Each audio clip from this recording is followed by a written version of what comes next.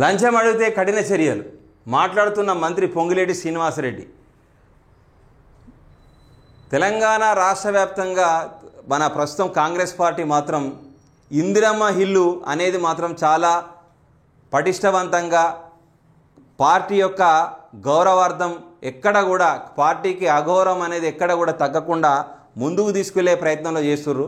ఇక్కడ మంత్రి మన పొంగులేటి శ్రీనివాసరెడ్డి గారు ఒకటే చెప్పారు, ఏ వ్యక్తి అయినా కనుక లంచం అడిగితే మీకు ఒక టోల్ ఫ్రీ నెంబర్ ఇచ్చాము, దానికి వెంటనే కాల్ చేయండి, మీరు పైసలు ఇచ్చేది లేదు, మీరు ఖచ్చితంగా మీ ఇంటి నిర్మాణాల్లో మీరు ఫ్యాక్ట్ ఆధారాలు చూపిస్తే మీకు ఎలాంటి డబ్బు సహాయమైనా ప్రభుత్వం వెంటనే ఇస్తుంది.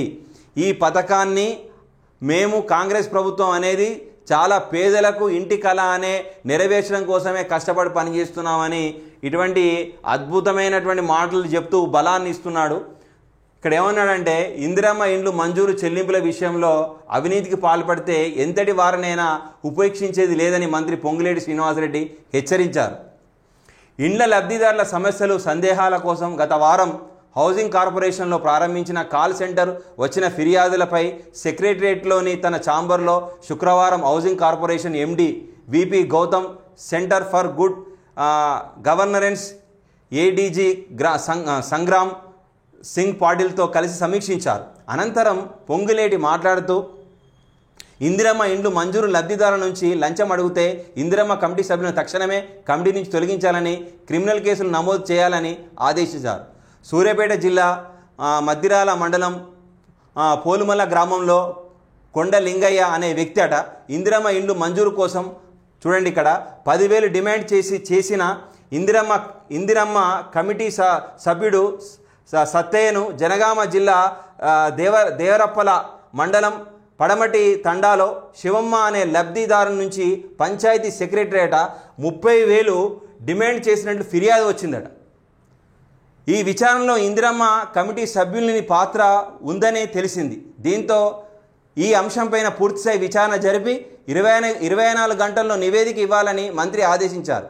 చూడండి ఇక్కడ లంచం అడిగితే టోల్ ఫ్రీ నెంబర్ ఇక్కడ ఇచ్చాడు, టోల్ ఫ్రీ నెంబర్ ఇచ్చాడు 18005995991 కాల్ చేసి వివరాలను తెలియజేయాలని లబ్ధిదారులు సూచించారు.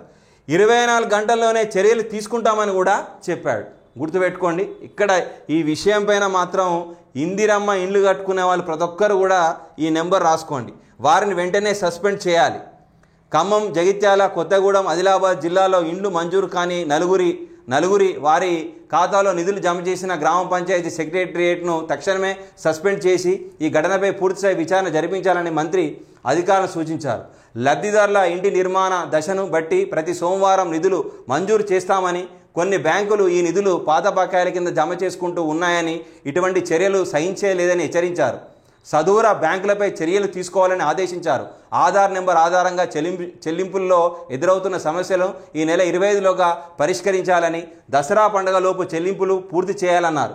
ఏఈలు ప్రతి గ్రామంలో లబ్ధిదారుని వద్దకు వెళ్ళి ఆధార్ పేరు కానీ తప్పుగా ఉంటే గ్రామ కార్యదర్శిని, ఎంపీడీఓను దృష్టికి తీసుకెళ్లాలని కూడా చెప్పారు. అంటే ఇందిరమ్మ పథకం మీద మాత్రం ఎలాంటి సందేహాలున్నా ఏదున్నా కూడా ఈ టోల్ ఫ్రీ నెంబర్కి చేయండి. ఏ అధికారి కూడా లంచం అడిగితే కూడా ప్రభుత్వం వెంటనే ఈ నెంబర్కి ఫోన్ చేసి చెప్పమని చెప్తుంది. మీకు వెంటనే కూడా ఆ యొక్క మీ సమస్యను పరిష్కరించి మీ ఇంటి నిర్మాణానికి ప్రభుత్వం తోడ్పడుతుందని కూడా చెప్పడం కూడా జరిగింది.